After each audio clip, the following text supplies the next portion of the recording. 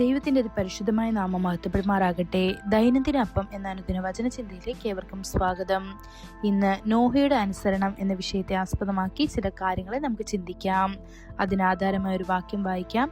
ഉൽപ്പത്തി പുസ്തകം 6 അധ്യായം 14 വാക്യം. നീ ഗോഫർ മരം കൊണ്ടൊരു പെട്ടകം ഉണ്ടാക്കുക, പെട്ടകത്തിൽ മുറികൾ ഉണ്ടാക്കി അകത്തും പുറത്തും കീൽ കൊണ്ട് മൂടുക. നോഹയോട് ഒരു പെട്ടകം പണിയാൻ കർത്താവ് കൽപ്പിച്ചപ്പോൾ അവന് വ്യക്തവും വിശദവുമായ നിർദ്ദേശങ്ങൾ നൽകി. നീളം, വീതി, ഉയരം, നിരപ്പുകളുടെ എണ്ണം, ഒരു വാതിലും ഒരു ജനലും മാത്രമേ ഉണ്ടാകാവൂ എന്ന കൃത്യമായ നിബന്ധന പോലും. രൂപകൽപ്പനയ്ക്കൊപ്പം ദൈവം കൃത്യമായ അളവുകളും നൽകി. തിരുവെഴുത്ത് പറയുന്നു, അങ്ങനെ നോഹ ചെയ്തു, ദൈവം തന്നോട് കൽപ്പിച്ചതെല്ലാം അവൻ ചെയ്തു എന്ന്. ഇത് ഉൽപ്പത്തി പുസ്തകം 6 അധ്യായം 22 വാക്യത്തിൽ കാണപ്പെടുന്നു. ദൈവം തന്റെ ജനത്തിൽ നിന്ന് ഏറ്റവും കൂടുതൽ ആഗ്രഹിക്കുന്നത് അനുസരണമാണ്. കർത്താവ് എന്ത് കൽപ്പിച്ചാലും നാം ചോദ്യം ചെയ്യാതെയും കാലതാമസമില്ലാതെയും അനുസരിക്കണം.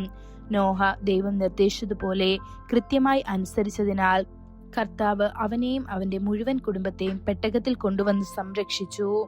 വിവാഹ വിരുന്നുകളിൽ ആളുകൾ ചിലപ്പോൾ 100 രൂപയ്ക്ക് പകരം 101 രൂപ പോലുള്ള പണസമ്മാനങ്ങൾ നൽകുന്നു.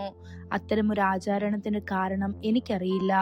പക്ഷെ ഒരു കാര്യം ഉറപ്പാണ്, ദൈവം ഒരളവ് നൽകുമ്പോൾ നാം അതിൽ നിന്ന് ഒരു യൂണിറ്റ് പോലും കൂട്ടുകയോ കുറയ്ക്കുകയോ ചെയ്യരുത്.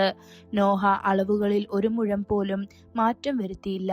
ദൈവത്തിന്റെ കൽപ്പനകൾ ക്രമീകരിക്കുകയോ പരിഷ്കരിക്കുകയോ ചെയ്യരുത്. തിരുവെഴുത്ത് നമ്മെ ഓർമ്മിപ്പിക്കുന്നു, വിചാരപ്പെടുന്നതിനാൽ തന്റെ നീളത്തോട് ഒരു മുഴം കൂട്ടുവാൻ നിങ്ങളിൽ ആർക്ക് കഴിയും? ഇത് മത്തായി സുവിശേഷം 6 അധ്യായം 27 വാക്യത്തിൽ ചോദിക്കുന്നു. നിങ്ങളുടെ ജീവിതത്തിനായി ദൈവം തിരഞ്ഞെടുത്ത അളവ് നിങ്ങളുടെ സ്വന്തം പരിശ്രമത്താൽ വർദ്ധിപ്പിക്കാൻ ശ്രമിക്കാതെ സ്വീകരിക്കണം. ദൈവം മോശയോട് കൂടാരം പണിയാൻ നിർദ്ദേശിച്ചപ്പോൾ അവന് വിശദമായ ബ്ലൂ പ്രിന്റുകളും നൽകി. മോശ അവയോട് കൂട്ടിച്ചേർക്കുകയോ കുറയ്ക്കുകയോ ചെയ്തില്ല.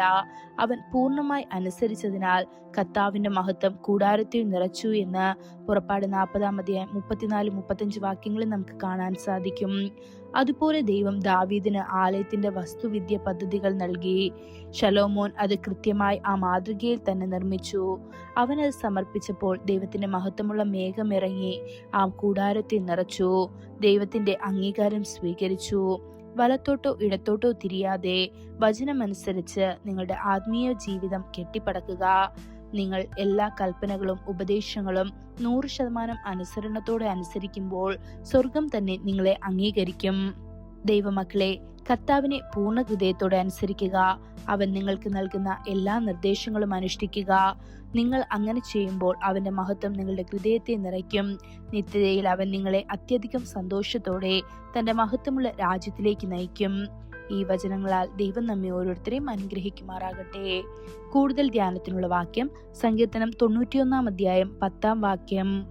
ഒരു തിന്മയും നിങ്ങൾക്ക് ഭവിക്കുകയില്ല, ഒരു ബാധയും നിങ്ങളുടെ കൂടാരത്തിനടുത്ത് അടുക്കുകയില്ല. ഇന്നത്തെ ബൈബിൾ വായന രാവിലെ ഉൽപ്പത്തി പുസ്തകം 13, 14, 15 അധ്യായങ്ങൾ. വൈകുന്നേരം മത്തായി സുവിശേഷം 5 അധ്യായം 1 മുതൽ 26 വരെയുള്ള വാക്യങ്ങൾ. ആമേൻ.